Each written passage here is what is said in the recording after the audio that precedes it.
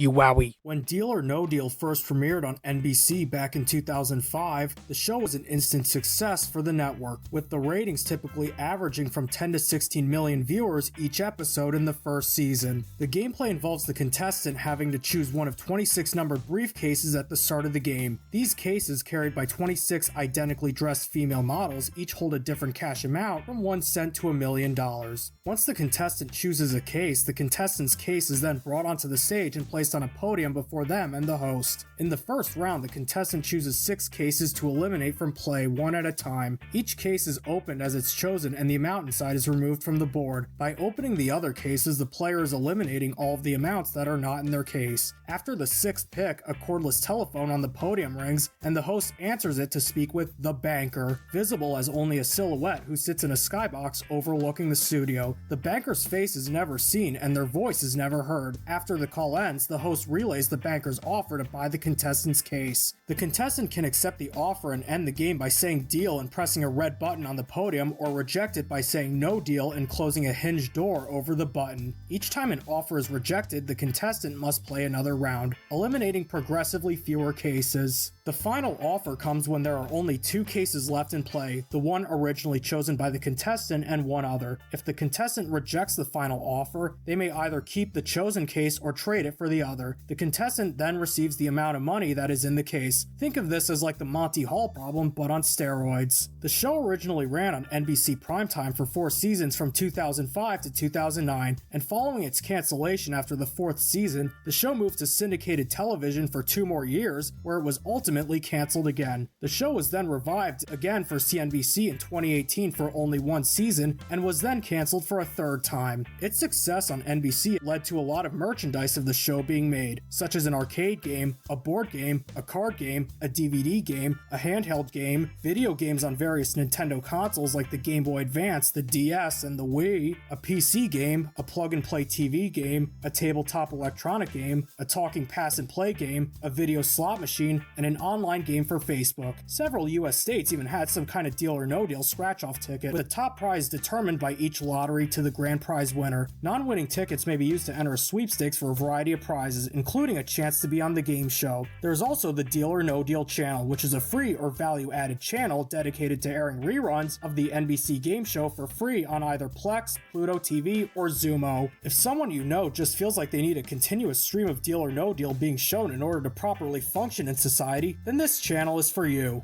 As you could already guess by looking at the title of this video, Deal or No Deal is now set to return to television with a twist. It will be called Deal or No Deal Island and is said to be a mix between the original series and the long-running CBS reality TV series Survivor. What makes the spin-off different from the original run is that the show will apparently be set on the banker's private island, where over 100 cases worth millions of dollars are split between them. I don't know about you guys, but when I hear the words banker's private island used together, the first thing that comes to mind is that there's going to be a lot of kitty touching going on, which would then be used to blackmail entertainers and politicians into doing whatever they want them to do. The new show will put a spin on the traditional Deal or No Deal format by bringing 13 players to the banker's private island, where they'll engage in an immersive season-long competition full of mind-bending dilemmas to win that elusive cash. The familiar Deal or No Deal briefcases will be hidden around the undisclosed island with millions of prizes available. In addition to those prizes, the players will vie for immunity as well. At the end of each episode,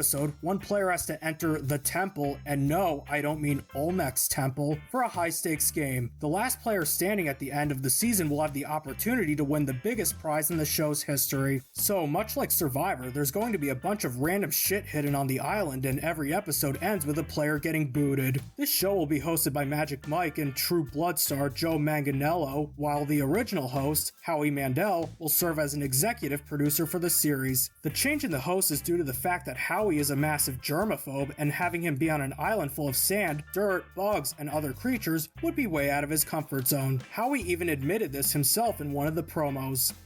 I'm a germaphobe, people. I don't even shake hands. There's gonna be like, there'll be like bugs and snakes and I can't go. I can't do it. I can't host it. But they're gonna need a host. Someone adventurous. Someone who loves games. Someone who's good looking like me. Not your average Joe. Joe Manganiello. In case the show didn't feel enough like Survivor, it's rumored that one of the most iconic Survivor players ever, Rob Mariano, better known as Boston Rob, is rumored to be one of the 13 contestants on this season. Keep in mind, this source is from Inside Survivor, which is generally a very reliable source in regards to Survivor-related leaks and rumors. At this point, NBC might as well just openly shout out, "We want the Survivor audience," because that's actually what it feels like with all this information that's currently available.